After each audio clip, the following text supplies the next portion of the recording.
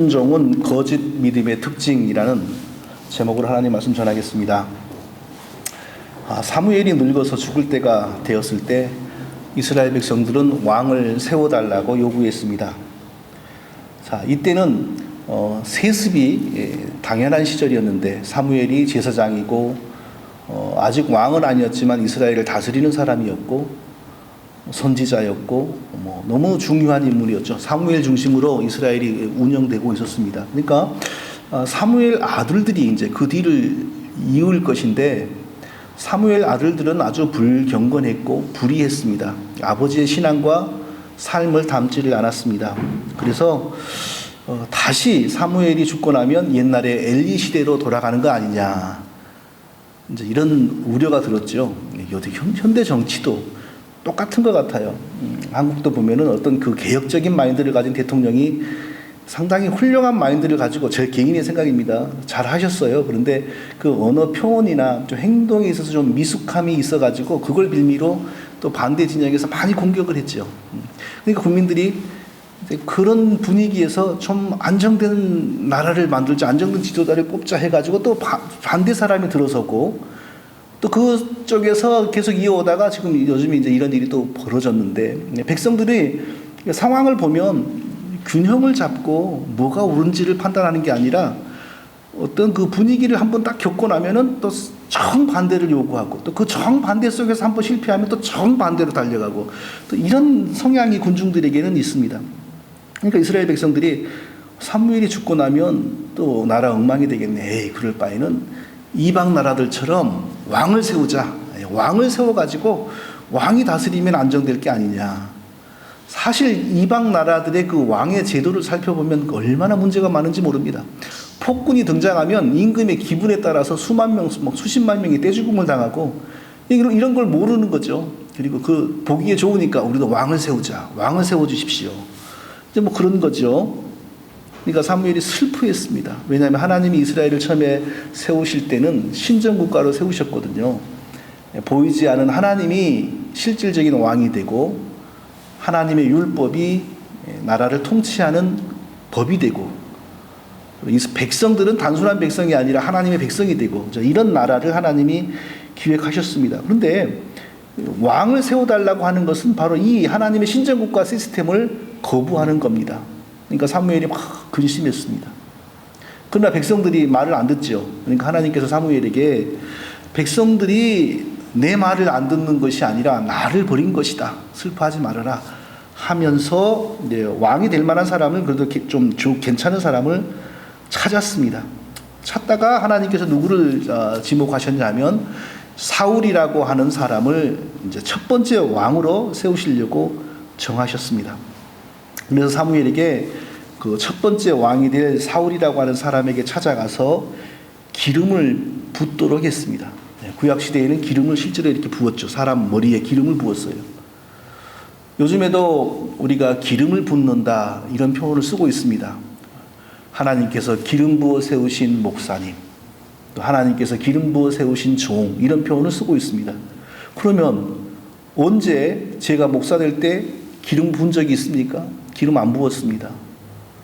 근데도 하나님이 기름 부어 세우신 목사님, 하나님이 기름 부어 세우신 장로님, 우리가 이렇게 표현하고 있지 않습니까? 그러니까 이게 굉장히 어려우면서도 중요한 개념인데, 기름을 붓는다, 여기에 대해서 잠시 한번 제가 설명하고 계속 이어가도록 하겠습니다. 구약 시대는 실제로 사람에게 찾아가서 선지자가, 하나님을 대리하는 선지자가 사람에게 기름을 부었습니다.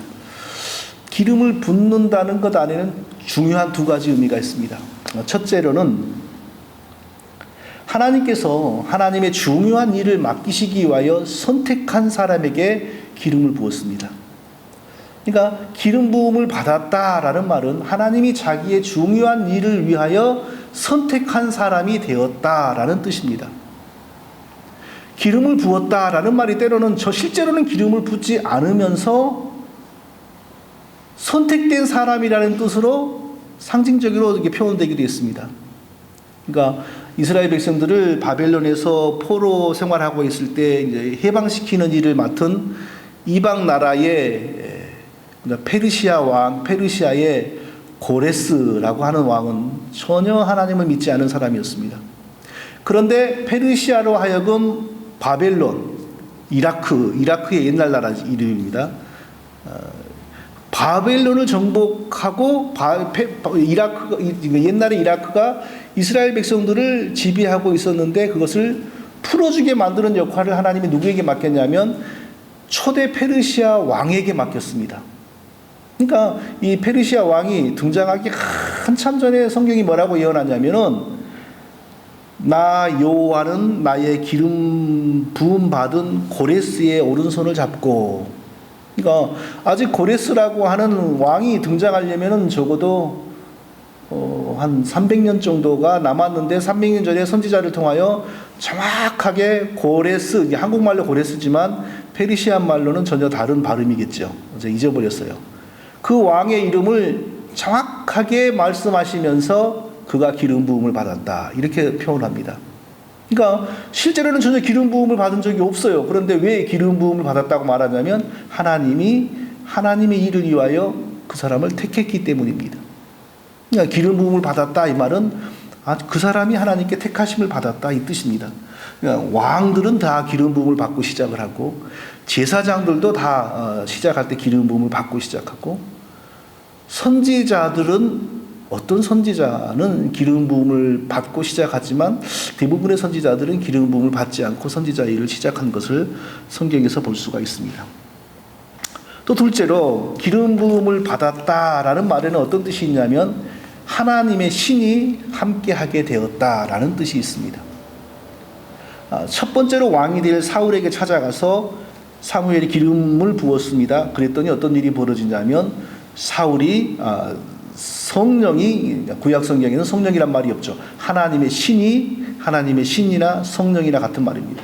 하나님의 신이 사무엘에게 오셔서 함께하기 시작했습니다. 사울에게 오셔서.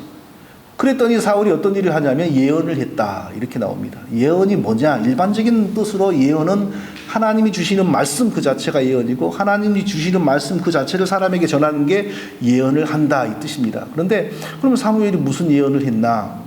굉장히 좀 어려운 것 같아요. 분명히 어떤 그 말씀을 전하는 그런 예언은 아니었던 것 같아요. 다윗도 사울 다음에 왕이 되기 위해서 사무엘이 기름을 부었습니다.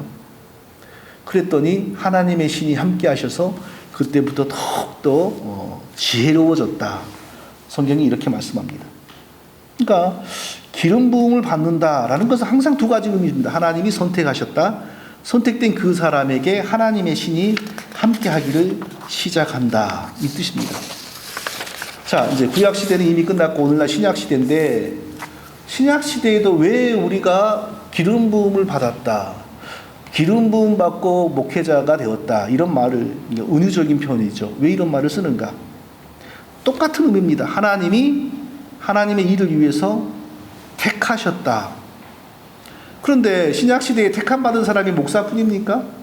모든 성도가 예수 그리스도 안에서 하나님 백성으로 존귀하게 택하심을 받았습니다. 모든 성도에게 다 해당되는 말이죠. 구약시대에는 기름 부음을 받은 소수에게만 하나님의 신이 함께했죠. 그런데 신약시대에는 예수 그리스도의 피로 제사함 받은 모든 사람들에게 성령이 오셨습니다.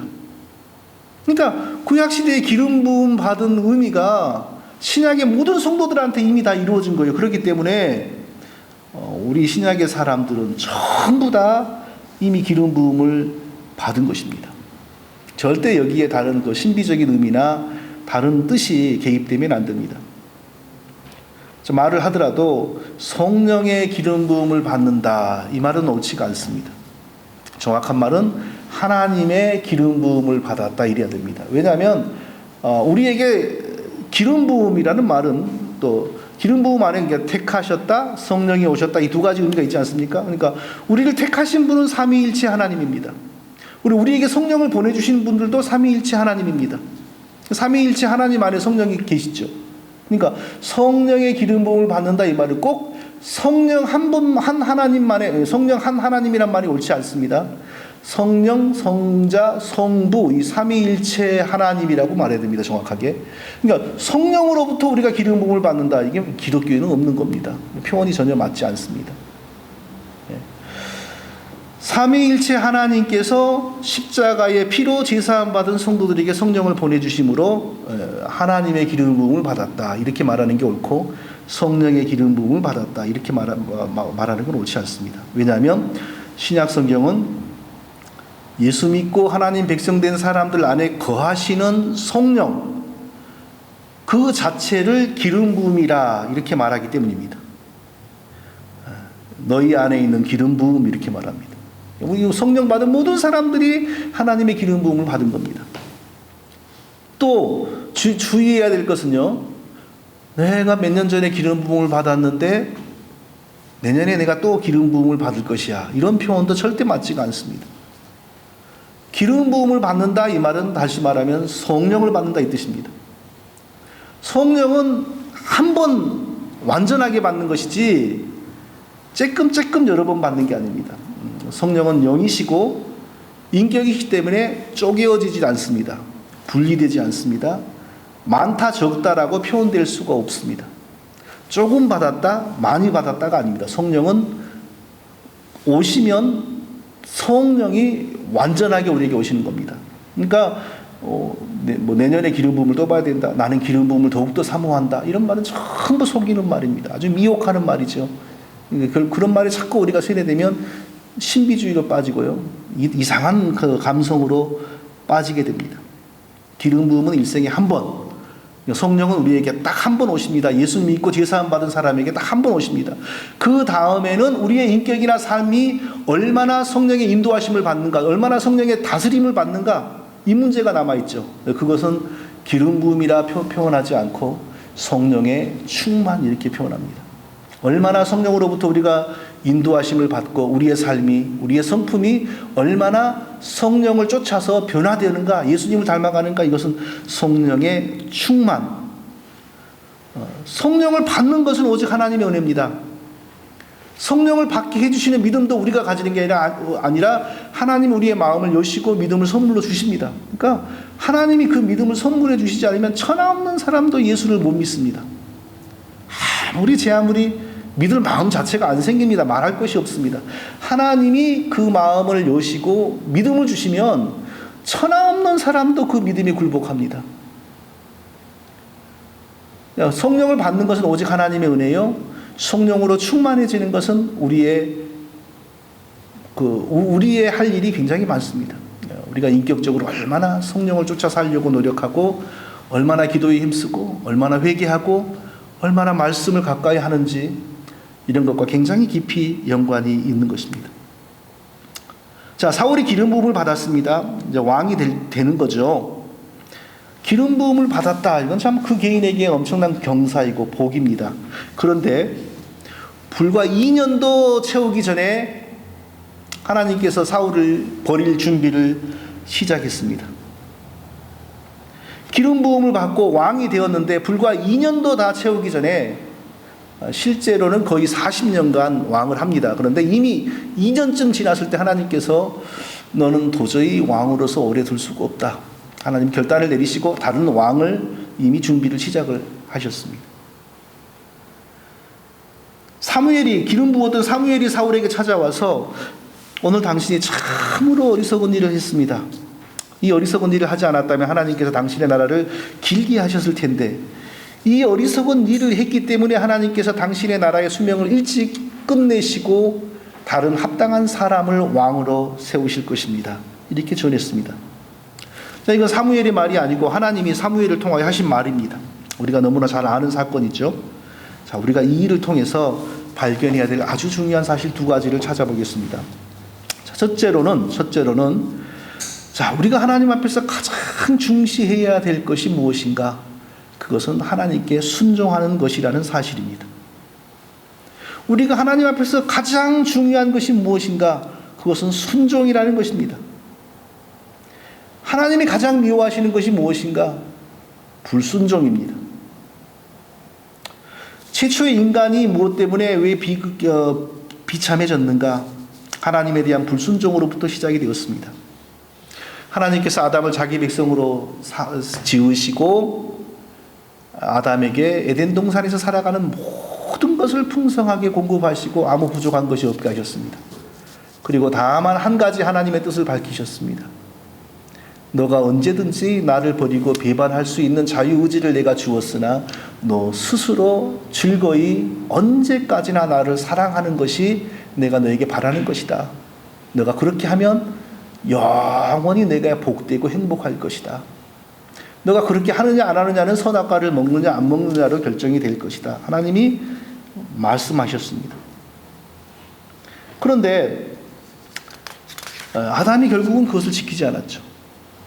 아담이 모르고 안 지킨 게 아닙니다. 다 알고 안 지켰습니다. 그러니까 불행해진 거죠. 사실 우리가 모르고 불순종하는 것은 하나님이 어느 정도 감안하십니다.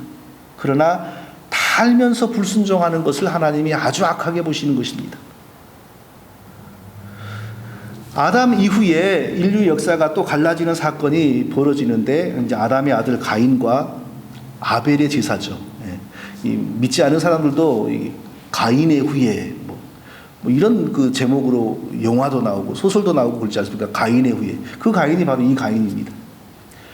하나님께서는 가인의 제사를 거절하시고 아벨의 제사를 받으셨습니다. 그러니까 우리가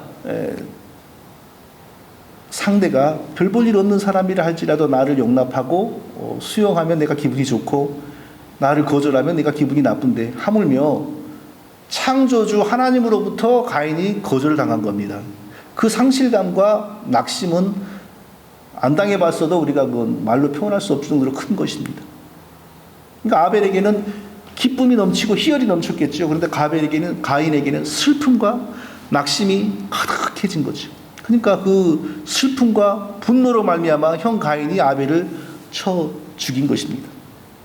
그럼 왜 하나님께서 가인의 예배를 받지 않으시고 아벨의 제사는 받으셨을까? 그것도 순종과 불순종의 차이였다고 봐야지 옳습니다. 성경은 그렇게 표현하지 않고 다만 아벨은 믿음으로 더 나은 제사를 드렸다 이렇게 말할 뿐인데 그 믿음이란 말 안에 여러 가지 깊은 의미가 있는 것입니다. 자, 그들이 제사를 드렸습니다. 왜 드렸겠습니까? 그것은 제사에 대해서는 교육을 받았다는 거죠. 누군가로부터. 누가 교육했을까요? 에덴 동산에서 쫓겨난 아버지 아담이 가르쳤겠죠. 성경에는 없지만 그건 자연스러운 추리죠. 아담은 왜 그럼 제사를 알게 되었겠습니까? 아담이 범죄하고 영원히 저주받고 죽게 되었을 때 하나님께서 아담을 죽이시지 않고 훗날에 예수 그리스도의 피로 아담의 죄를 깨끗하게 씻으시고 다시 하나님 백성으로 만들 계획을 세우셨습니다. 그게 바로 하나님의 은혜였습니다. 근데 아담으로부터, 그러니까 아담이 그러면 타락했던 때가 지금으로부터 몇 년 전인가 아무도 정확하게 계산할 수 없습니다. 그런데 상당히 그럴듯하게 이 성경에 근거해가지고 이렇게 계산해 나가는 사람들의 이 계산을 보면 한 6,700년 전인가 지금으로부터 뭐 이렇게 대략 한 7,000년 전으로 이렇게 나옵니다. 답이. 7,000년 전이라고 치면 예수님이 2,000년 전에 오셨으니까 아담의 타락으로부터 예수님이 오시는 것은 5,000년이라고 하는 시간 공백이 있는 겁니다. 그럼 5,000년 동안은 어떻게 해야 됩니까? 하나님께서는 예수님을 상징하는 예수님의 십자가의 피 흘림을 상징하는 짐승의 제사 제도를 아담에게 가르친 것입니다. 예수님이 십자가에서 대신 피 흘리고 죽는 것처럼 아무 죄 없는 짐승이 아담을 대신하여 피 흘리고 죽어서 하나님께 제사 드리는 방법을 가르쳐 주신 것입니다. 성경에 나오지 않았습니다. 이 얘기가. 그런데 이건 자연스러운 추리입니다. 그렇지 않으면 아담의 아들들이 제사를 할 이유가 없는 거죠. 그렇게 하나님이 가르쳐 주셨기 때문에 된 거죠. 그러면 짐승의 제사에서 가장 중요한 게 뭡니까? 피입니다. 예수님이 십자가에서 흘리실 속죄의 피를 살아있는 동물을 죽여서 그 피로 상징화하는 것입니다. 아벨은 양으로 제사를 드렸습니다. 올바른 제사죠. 그런데 가인은 농산물로 제사를 드렸습니다. 가인은 똑같이 그 제사에 대한 시단 교육을 받았음에도 불구하고 그냥 자기의 직업에서 쉽게 얻을 수 있는 것을 가지고 자기 마음대로 제사를 드리는 거죠. 그래서 하나님께서 가인의 제사를 받지 않았다. 바로 그것이 바로 믿음으로 아벨은 올바른 제사를 드렸다. 성경이 그렇게 말하는 것으로 우리가 이해할 수 있습니다. 순종과 불순종, 하나님의 뜻, 하나님의 말씀을 다 교육받았으면서 자기 편할 대로, 자기 좋을 대로 불순종해버린 겁니다. 불순종하는 사람들이, 성경을 보나 역사를 보나 불순종하는 사람들이 하나님을 안 믿는 사람들이었는가? 그렇지 않습니다. 하나님을 안 믿는 사람들이 불순종하는 게 아니고 하나님을 다 알고 믿는 사람들이 불순종합니다. 왜 그럴까요? 자기 편할 대로, 자기 하고 싶은 대로 하려고 그러는 것입니다. 언제나 우리가 기억해야 됩니다. 언제나 하나님을 향한 우리의 믿음의 핵심이 무엇이냐? 거창하고 어려운 말로 말할 필요가 없습니다. 내가 하나님의 뜻에 순종하느냐 불순종하느냐, 이것이 우리의 신앙의 핵심입니다. 복잡한 말로 설명할 게 없습니다. 하나님의 말씀에 순종한다면 나는 믿음의 사람이요, 하나님의 말씀에 순종하지 않는다면 나는 불신앙의 사람입니다. 하나님이 가장 중시하는 순종은 뭡니까? 하나님이 보여주신 구원의 길, 예수 그리스도의 십자가 복음, 나는 아무 공로가 없으나 누구든지 예수 그리스도의 피를 믿으면 내가 그 죄를 용서하고 나의 백성으로 삼는다. 이게 바로 복음이거든요. 이 복음에 순종하여 자기를 거기에 맡기는 사람, 하나님께서 자기 백성으로 삼으시고 구원하십니다. 그러나 이 복음을 전에 듣고도 믿지 않고 그 복음에 자기를 맡기지도 않는다. 그것은 하나님의 뜻에 불순종하는 겁니다. 그러니까 하나님 구원하시지 않은 것이죠. 믿음은 여러 가지 복잡한 말로 설명할 수 있으나 간단합니다. 하나님의 뜻에 순종하면 믿는 사람이요, 하나님의 뜻에 순종하지 않고 자기 생각, 자기 마음, 자기 욕망을 따라 살면 불신앙의 사람입니다. 많은 사람들이 믿는 모양새를 취하고 있습니다. 그러나 정말로 하나님의 말씀에 순종하는 사람은 그렇게 많지 않습니다. 정말로 하나님께 순종하는 사람은 그렇게 많지 않습니다. 왜 그럴까요?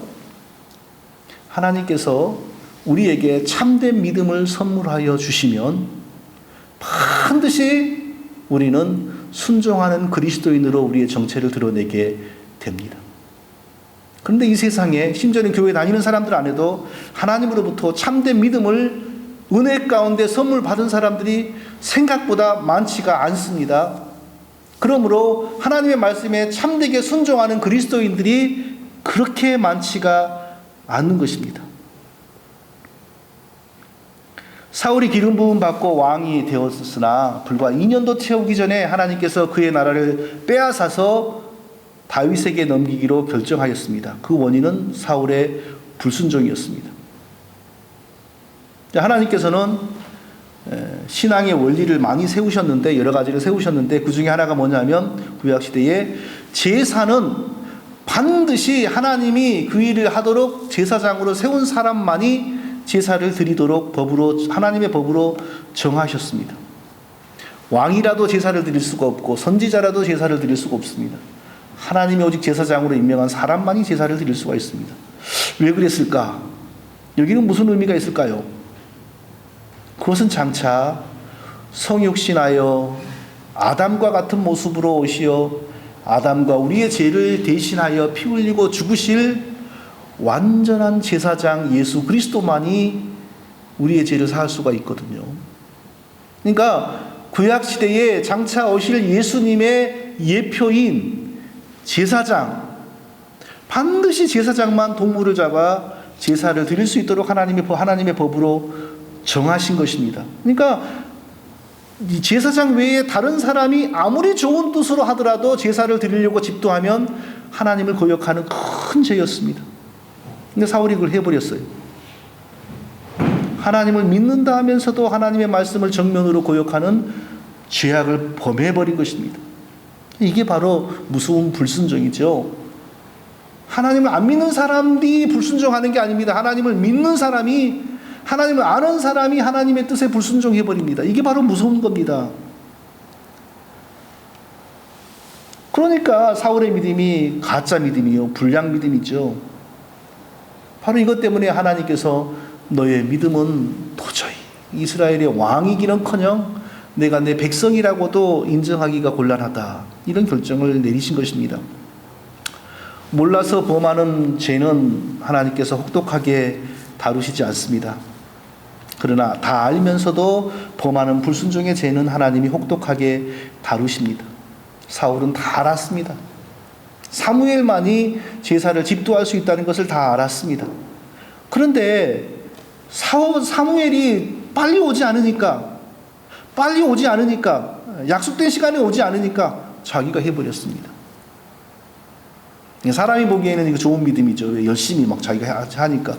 그러나 하나님 보시기에는 악한 믿음이에요. 거짓된 믿음이에요.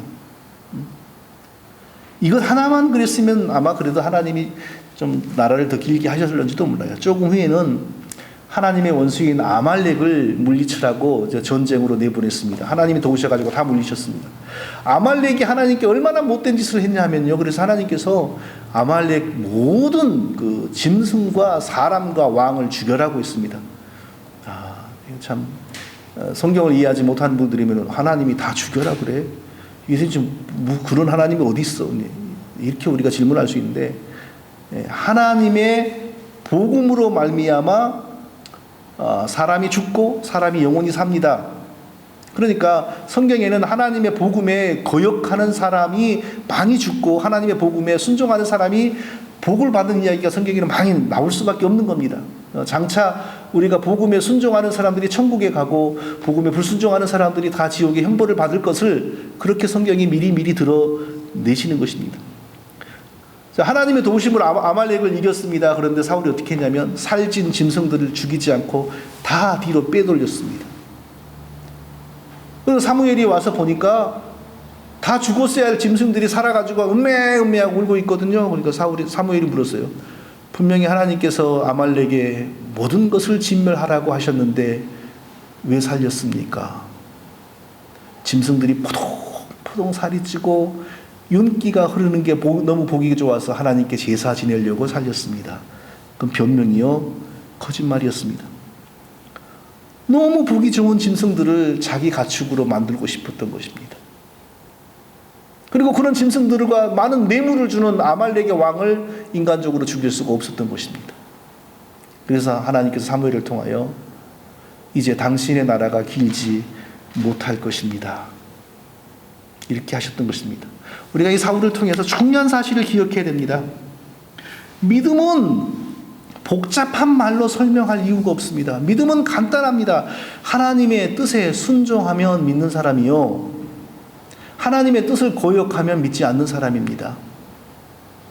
목사일지라도 장로일지라도 교회 다닐지라도 하나님의 뜻에 불순종하는 사람은 믿는 사람이 아닙니다. 복잡한 말이 필요 없습니다. 하나님께 순종하는 사람이 믿는 사람입니다. 우리는 다 순종하는 사람들이 되어야 되겠습니다. 자, 둘째로 하나님께 왜 불순종하는가? 불순종하게 되는 근본적인 이유가 뭔가? 그것은 자기를 하나님보다 더 높이고 사랑하는 자기 숭배의 뿌리가 있기 때문이라는 사실을 우리가 발견해야 됩니다. 하나님을 믿으면서도 순종하지 않고 불순종하는 모든 사람들에게는 반드시 그때그때마다 이유가 있습니다. 제가 지금부터 한 예를, 우리 그냥 실질적인 예를 한 두 가지를 들어보려고 하는데, 실질적인 예를 들어보려고 하면 언제나 좀 예민하죠. 자, 주일에 꼭 예배 드리는 거.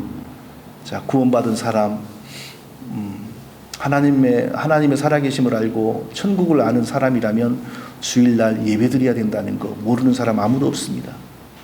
주일날 꼭 예배 드려야 된다는 사실을 모르면서도 하나님 백성이고 구원받았고 그렇게 믿는 사람 아무도 없습니다. 그럼에도 불구하고 많은 사람들은 주일 예배를 쉽게 빠지는 것을 그렇게 어려워하지 않습니다. 주일 예배를 빠질 때마다 아무 이유가 없는 건 아닙니다. 항상 이유가 있습니다. 가장 흔한 거 예를 들면 가게의 문을 닫을 수가 없습니다.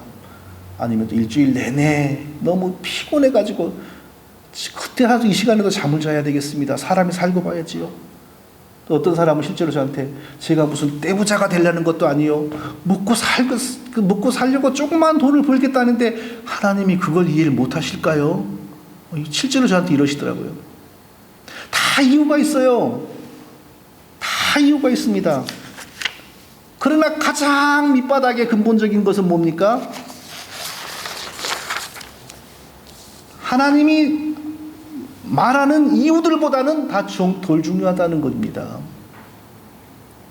그렇지 않습니까? 지금 말하는 한 가지 이유들보다 하나님이 중요하다면 예배를 빠지겠습니까? 그러니까 하나님을 알면서도 믿으면서도 불순종하는 근본적인 뿌리는 뭐냐? 나를 하나님보다 더 중히 여기고 나의 기쁨과 나의 행복을 하나님을 기쁘시게 하는 것보다 더 중시하는 자기 숭배가 있는 것입니다. 또 하나 실질적인 거 예를 들어보겠습니다. 예민하죠. 실질적인 거 예를 들어보면 이것은 정말 공부 차원에서 하는 말입니다. 기독교에 11조 헌금이라는 문제가 있습니다. 많은 사람들이 특히 이제 기독교가 세상에서 이렇게 입지가 흔들리는 때죠, 지금. 그러니까 굉장히 11조를 공격을 합니다. 공격하는 그 어떤 그 이론 중에 하나가 뭐냐? 11조는 구약 시대 것이고 지금은 신약 시대인데 여전히 말이야, 교회가 돈 거두려고 11조를 이야기한다고 아주 비성경적이라고 이렇게 말을 합니다. 그러나요? 누가복음 11장에 보면 바리새인들이 막 자기를 과시하는 그 얘기가 나오죠. 그리고 나는 이런 것도 하고 저런 것도 하고 이래서 나는 뭐 의롭고 저 사람은 나보다 못하고 막 이런 얘기가 나옵니다. 근데 예수님이 그 바리새인을 향하여 뭐라고 그랬냐면 그 바리새인이 나는 11조도 한다 이제 이런 말을 했어요. 예수님이 그 바리새인에게 뭐라 그랬냐면 너희가 11조를 드리면서 하나님에 대한 사랑을 버리는구나. 이것도 하고 저것도 버리지 아니하여야 할지니라 라고 했습니다. 그러니까 예수님은 11조도 당연히 해야 되는데 그보다 더 중요한 건 뭐냐? 네가 진실로 하나님을 바르게 믿는 게 중요하다. 너는 지금 11조라고 하는 겉모양을 하고 있지만 네 마음의 중심은 절대 하나님 앞에서 바르지가 못하다. 이 얘기를 지적하고 있어요. 그러니까 시작 성경은 시작하면서 예수님이 이미 구약의 11조 문제를 이미 정리를 한 거예요. 신약 시대 됐으니까 이제 그만해라 그런 거 아니에요. 하나님 백성은 이미 구약에서 제정된 11조를 그대로 이어가야 되는 것입니다. 그리고 11조에 얽혀있는 중요한 의미를 우리가 알면 절대로 이것을 부정할 수가 없습니다. 하나님이 구약시대에 왜 11조를 제정하셨냐? 하나님이 나의 진정한 왕이시다. 내 영혼과 내 삶과 나의 모든 것이 하나님의 은혜로부터 말미암았다. 이것을 고백하는 수단으로 가장 근본적인 그 신앙 표현으로 11조를 지정했습니다. 그러니까 오늘날 신약 시대가 되었다고 해서 하나님이 나의 왕이 아니고 나의 영혼과 모든 것이 하나님으로부터 왔다라고 하는 신앙이 잘못된 것입니까? 그렇지 않잖아요. 그러니까 이것은 시대를 막론하는 겁니다. 예수님이 오실 때까지, 이 세상이 끝날 때까지 항상 변함이 없는 것입니다. 종종 올바른 신학자들과 올바른 목회자들 중에서도 11조는 더 이상 얘기하지 말아야 된다고 주장하는 분들이 있습니다. 그런데 그분들의 주장은요, 무슨 취지에서 그러냐? 예수 그리스도가 나를 대신하여 죽으심으로 내가 구원받았는데 어떻게 나의 10분의 1만 하나님께 드린다고 우리가 가르쳐야 되는 게 옳으냐? 우리의 전체를 하나님께 드리는 게 옳다. 이런 취지에서 11조를 부정하지 절대로 구약에서는 11조를 드렸지만 신약에서는 11조를 할 필요가 없다. 이런 취지로 말하는 올바른 신학자는 없습니다. 자, 또 구약에서 11조가 있었던 실질적인 이유가 또 있습니다. 뭐냐면 이스라엘의 성전이 있었죠. 그리고 성전에서는 이 성전을 일단 짓는다는 그 자체는 천문학적인 비용이 드는 일입니다. 그리고 이 성전은 유지하고 보수하는데도 어마어마한 재정이 듭니다. 그뿐만 아니라 성전에서 일하는 제사장들, 레위인들, 성전을 섬기는 여인들, 이 많은 사람들이 성전을 위해서 살았습니다. 하나님께서 이들에게 땅을 주지를 않았습니다. 그러면 땅을 받지 않은 이들은 어떻게 삽니까? 이스라엘의 12지파들 가운데 11지파는 땅을 받았습니다. 11지파는 열심히 농사를 하고 일을 하고 하나님께 11조를 드리는 겁니다. 그러면 그 11조를 가지고 성전을 운영하고 성전에서 일하는 제사장들과 레위인들과 성전의 여인들이 살았던 것입니다. 자, 오늘날 하나님의 교회, 신학교들, 선교단체들을 운영하는 데 재원이 든다는 것은 뭐 상식적인 일이죠. 그럼 이 하나님의 기관들이 운영되는 데 필요한 재원은 어디서 나와야 되겠습니까? 불교에서 나와야 됩니까? 타종교에서 나와야 됩니까? 불교나 타종교가 이 돈을 주면 기독교는 복음이 더러워져 버립니다. 돈 많은 기업가가 주면 되겠습니까? 안 됩니다. 왜? 돈 많이 주는 사람이 요구하는 게 있습니다. 돈 많이 주는 사람이 자기 사람을 심습니다. 기독교가 그러면 세속화되어 버립니다. 반드시 구원받은 하나님의 백성들 가운데 올바른 믿음을 가진 신실한 사람들이 11조를 드려야 됩니다. 올바른 믿음을 가지지 않은 사람들이 11조를 드리면 어떻게 되냐? 당장 우리 같은 교회에서 누가 믿음이 바르지 않은 사람이 많은 11조를 얘기하게 되면 어떤 일이 벌어지냐? 그 사람이 발언권이 세집니다. 그 사람이 하는 말을 교회가 무시를 못합니다. 성도들부터 먼저, 목회자가 먼저 그러는 게 아니라 목회자가 먼저 그럴 수도 있죠. 성도들이 먼저 누가 돈 많이 낸다는 걸 알거든요. 그러면 그 사람에게 줄 섭니다. 그래서 그 사람 때문에 교회가 변질돼 버리는 거예요. 올바른 믿음을 가진 사람들이, 신자들이 은혜를 입고 많은 금액이건 적은 금액이건 순결한 믿음으로 하나님께 드리고, 그래야 교회가 더러워지질 않아요. 깨끗해집니다. 복음이 지켜집니다. 자, 이게 바로 11조의 의미입니다. 여기에 대해서 반대하거나 토를 달 수 있는 신학적인 어떤 그 여지가 없습니다. 그러니까 우리는 하나님이요, 우리가 형편이 어려워서 당장 렌트 내기 어렵고 차 페이먼트 내기도 힘들었는데 한 번 못 내면 당장 레더가 날라오는데 11조 못 내도 하나님 다 이해합니다. 다 아십니다. 그거 안 낸다고 구원을 취소한다거나 그거 안 낸다고 하나님이 정죄하고 핍박하지 않습니다. 형편이 안 되면 자연스럽게 안 하면 되는 겁니다. 안 하면 되는 겁니다. 다만 우리가 입으로 왜 그런 것을 가리키느냐? 하나님의 말씀을 대적하지만 않으면 되는 것입니다. 예. 신실한 믿음으로 11조를 드리는 사람에게 하나님이 복을 주신다는 것도 부정해서는 안 됩니다. 나를 위하여 살지 않고 하나님을 위하여 사는 사람에게 하나님이 왜 복을 안 주시겠습니까? 그것도 우리가 부정하면 안 됩니다. 문제는 우리가 조심해야 될 것은 할 수 있는 형편이 되면서도 내가 하나님의 은혜를 알면서도 하지 않는 것. 그게 하나님 앞에서 불순종이라는 거죠. 그 경우가 아니라면 우리는 결코 11조에 대해서 마음에 부담을 가질 필요가 없다는 것입니다. 모든 불순종이나 모든 하나님의 말씀을 거역하는 데는 무엇이 있냐? 나에게 불편이 안 되면 나는 하겠는데 내가 불편하니까 나에게 손해가 되니까 그거 못 하겠습니다. 이게 바닥에 있거든요. 그러니까 하나님이 알면서도 불순종하는 사람들의 그 행위를 고약하게 보시는 것입니다.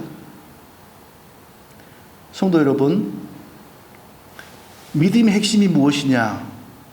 기도, 노래, 찬양, 선교, 다 그거 핵심 아닙니다. 핵심이 무엇이냐? 하나님의 법에 나를 굴복하는 겁니다. 나를 굴복시키지도 않으면서 기도하고, 나를 굴복시키지도 않으면서 선교가고, 나를 굴복시키지도 않으면서 노래 부르고, 하나님 걸 믿음으로 인정하지 않습니다. 가장 먼저 하나님께 순종해야 됩니다. 순종하지 않으면서 아무리 기도해도 아무리 선교가도 하나님 복 주시지 않습니다. 자, 사울의 불순종의 내막을 다시 한번 살펴보겠습니다. 사무엘이 와서 제사를 집도할 때까지 기다렸어야 됩니다. 근데 자기가 해버렸어요. 왜 자기가 해버렸을까요? 여기에 자기의 인간적인 이유가 있는 겁니다. 지금 블레셋하고 전쟁이 시작되려고 하는데 백성들이 동요하거든요. 백성들이 흩어지려고 하거든요. 그러니까 백성들을 하나로 묶을 구심점이 필요했습니다. 그게 뭐였냐? 하나님께 특별 제사를 드리자, 이거였거든요.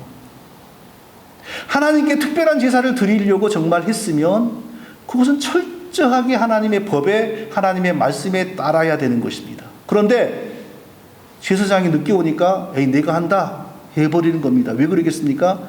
특별 제사는 자기의 권력과 자기의 리더십을 공고히 하기 위한 인간적인 수단이었던 것입니다. 그러니까 자기에게 이익이 안 될 것 같으니까 하나님의 법을 버려버려요. 그러니까 자기가 얼른 해버립니다. 사울이 하나님의 이 일 때문에 결정적으로 이제 나중에 이제 눈밖에 나는데, 그때도 아까 말씀드린 것처럼 살찐 짐승들을 다 남겼습니다. 왜 남겼냐? 제사 드리려고요. 아니요. 자기 재산을 따로 좀 만들어 놓고 싶었기 때문입니다. 믿음의 핵심이 무엇인가? 뭐가 믿음인가? 하나님을 사랑하는 거, 기도하는 거, 찬양하는 거, 뭐 여러 가지 표현되는데요. 그건 다 적나라하고 핵심적인 것이 아닙니다. 핵심적인 것, 아주 적나라한 표현은 하나님께 순종하는 것입니다. 하나님의 말씀에 순종하는 것입니다. 하나님의 말씀에 순종하지 않는 것은 온전한 믿음이 아닙니다.